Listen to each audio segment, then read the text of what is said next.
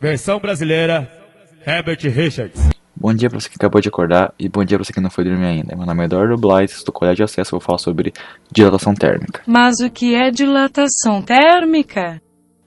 A dilatação térmica é a reação que ocorre no tamanho ou no volume de um corpo quando submetido a um aquecimento térmico. Bem, existem 4 tipos de dilatação térmica.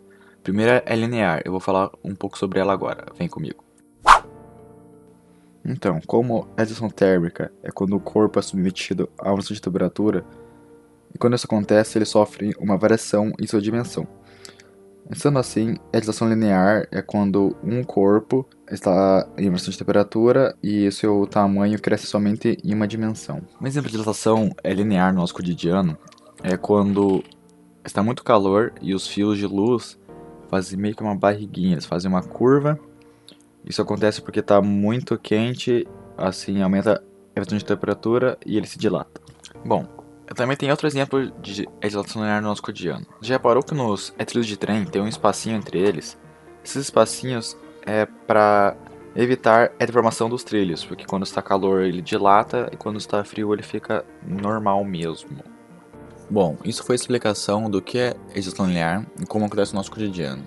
Espero que vocês tenham entendido. Vocês entenderam mesmo? Yeah! Mas, mesmo assim, alguém tem alguma dúvida ainda? Sim, mas como calcula essa coisa aí?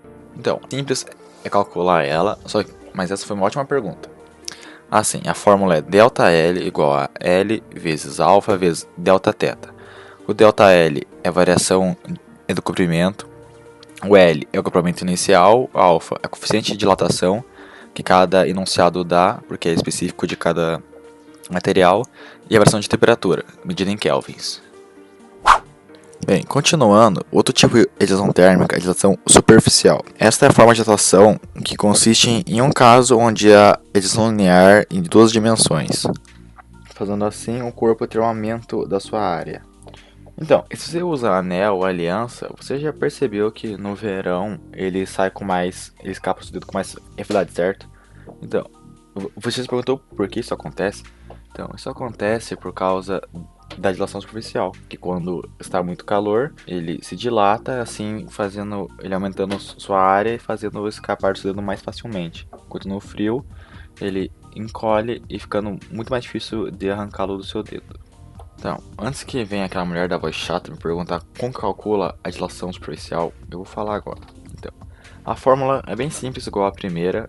A fórmula é ΔA igual a área inicial vezes beta vezes ΔT. O ΔA é a variação da área, o A inicial é a área inicial, o B é o coeficiente de dilatação, que é 2 vezes o alfa, que você se recorda da primeira fórmula, certo? E o ΔT é a variação de temperatura, igual da primeira fórmula também. Bom, continuando, acho que vocês perceberam a sequência, né?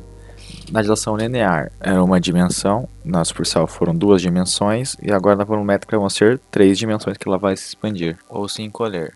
Bem, a dilatação volumétrica ocorre quando um corpo com dimensões de altura, largura e profundidade, assim fazendo 3 dimensões, submetido a um aumento de temperatura. Essa variação de temperatura causa aumento na agitação das moléculas ou átomos, que constituem material, fazendo assim que elas ocupem maior espaço, elevando as dimensões desse corpo.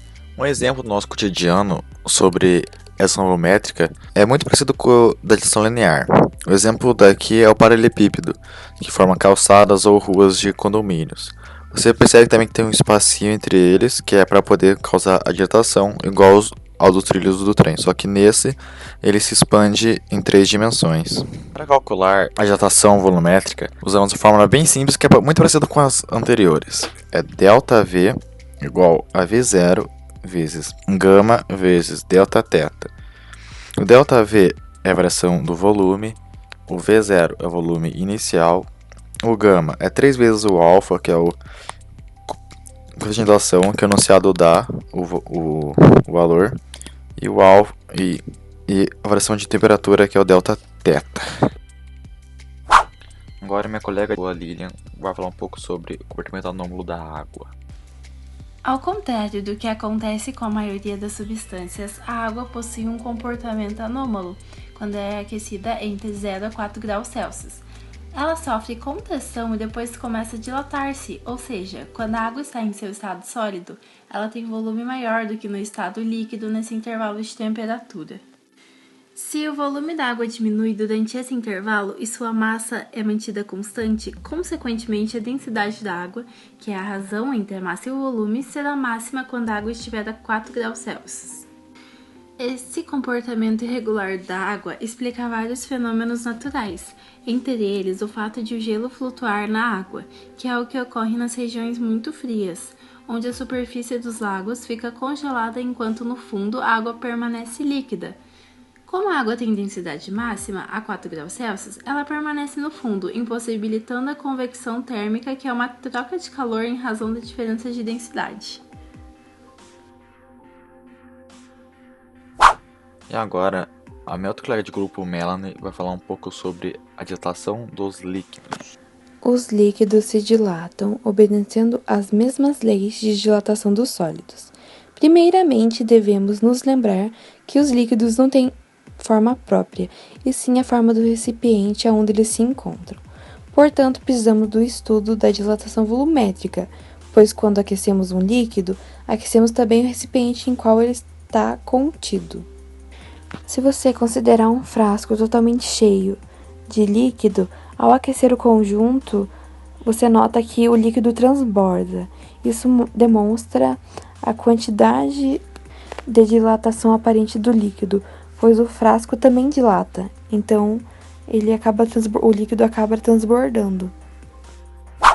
O Duduzinho, no filme Homem-Formiga, ele muda de tamanho. Dá pra fazer isso com dilatação térmica? Bom, muito bem observado, mas só que seria muito impossível fazer isso, porque como você viu nos áudios anteriores, para o corpo aumentar de tamanho, tem que aumentar a temperatura. E para fazer um ser humano ficar do tamanho que ele fica lá no Guerra Civil, que fica gigante, teria que esquentar o corpo humano a uma temperatura absurda, que o corpo humano obviamente não iria conseguir resistir e o cara ia acabar morrendo.